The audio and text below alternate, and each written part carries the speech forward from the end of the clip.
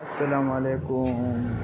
तो Mercedes 2011-12 model CGI engine timing हम आप लोग का बताएगा, बिल्कुल सिंपल सी है।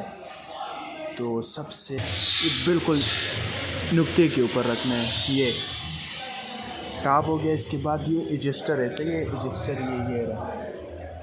अच्छा, उसके बाद ये क्लच का एक तीर निशान ये आ रहे हैं, एक ये आ रहे हैं। ये बिल्कुल सामने रखने हैं, इधर इस तीर के निशान ये देख रहे हैं, ये देख इस तीर के निशान आ रहे हैं। ये रहा, ये देख ये आ रहे हैं, ये तीर के निशान हो गया। दूसरे क्लच का ये तीर निशान हो गया, ये देख, ये देख, ये बिल्कुल सिंपल से है।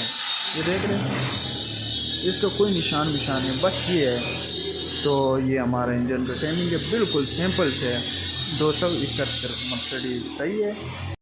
तो भाई लोगों, हम अभी गाड़ी स्टार्ट कर रहे हैं।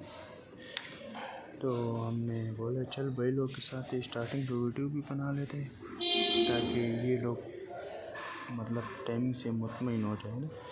चल भाई यार, स्टार्ट कर।